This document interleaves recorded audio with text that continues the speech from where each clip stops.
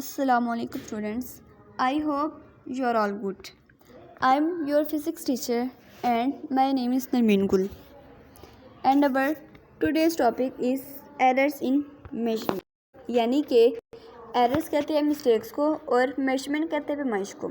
यानी कि जब आप जो है वो पैमाइश करते हैं, मेजरमेंट करते हैं, तो उसमें किस किस तरह के जो एरर्स हैं वो आपके जनरेट हो सकते हैं।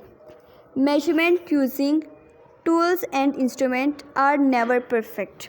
यानी कि जब आप जो है टूल इंस्ट्रूमेंट की मदद से मेजरमेंट फाइंड कर रहे हैं तो वो कभी भी परफेक्ट नहीं होते।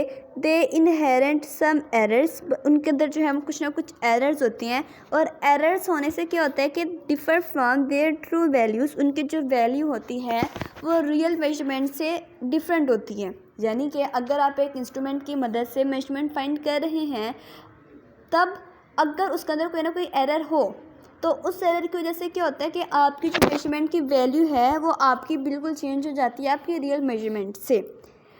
हमारी क्या कोशिश होती है कि जब हम मेजरमेंट करें तो उसमें जो है हमारे पास कम से कम गलती होने के चांस हो, ताकि आपकी जो मेजरमेंट है वो आपकी रियल मेजरमेंट से मैच करे, उसकी जो वैल्यू है वो आपकी जो है वो ऑलमोस्ट सेम हो।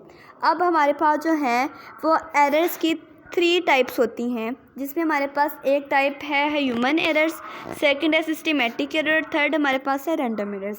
जिसमें से जो है वो हम आज एक टाइप पढ़ेंगे जो कि हमारे पास है ह्यूमन एरर्स। अब ह्यूमन एरर्स ऐसे एरर्स होते हैं जो कि एक पर्सन ड्यूरिंग परफॉर्मेंस खुद ब खुद जनरेट करता है ना चाहते हुए भी। They occur due to the personal performance. यानी कि ये जो हमारे पास एरर्स हैं ये हमारे पास जो है वो पर्सनल परफॉर्मेंस की वजह से अकर होती हैं। यानी कि अगर कोई एक पर्सन है वो मेजरमेंट कर रहा है तो उस मेजरमेंट के दौरान जो है उसके एरर्स जो हैं वो उससे एरर्स का जनरेट हो जाना।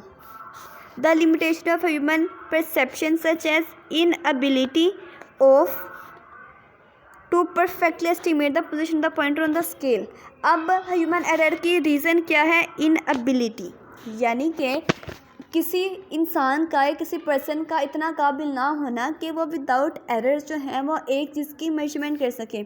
अब अगर एक पर्सन है जिसको सही तरह से पता है कि उसने मेजरमेंट किस तरह से करनी है, उसको पूरे रूल्स का, पूरे प्रिंसिपल्स का पता है, अब अगर वो मेजरमेंट करेगा तो उसकी मेजरमेंट करेक्ट होगी, उसमें एरर नहीं होंगे। लेकिन अगर एक ऐसा पर्सन जिसके अंदर इतनी एबिलिटी नहीं है, जिसको एक इंस्ट्रूमेंट के बारे में नहीं पता कि उसने किस तरह से इसको जो है वो यूज़ करना है, किस तरह से उसकी मदद से जो है मेजरमेंट करनी है, तो क्या होगा वो मेजरमेंट गलत करेगा, जिससे क्या होगा मेजरमेंट की जो वैल्यू है वो बिल्कुल ही गलत आ जाएगी। तो सबसे पहली जो रीज़न है ह्यूमन एरर्स की वो है inability of a person. Personal errors can also arise due to the faulty procedure। यानी कि अब सेकंड वजह क्या है कि उसका जो प्रोसीजर है उसने फॉल्टी यूज़ किया है।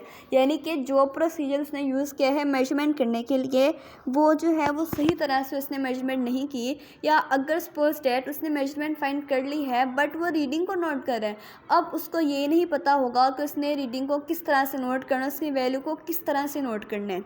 तो जो 2 में रीज़न है वो क्या है कि एक इनएबिलिटी ऑफ पर्सन, के जो पर्सन है वो इस काबिल नहीं है, इसके अंदर इतनी कैपेबिलिटीज़ नहीं है कि वो जो है वो मेजरमेंट सही तरह से कर सके, और सेकंड क्या है कि उसने जो प्रोसीजर यूज़ किया है मेजरमेंट करने के लिए वो उसने फॉल्टी प्रोसीजर यूज़ किया है। ठीक है, तो आई होप सो कि आपको जो है वो आज के लेक्चर की समझ आ गई होगी और जो है वो अपना होमवर्क करते रहें।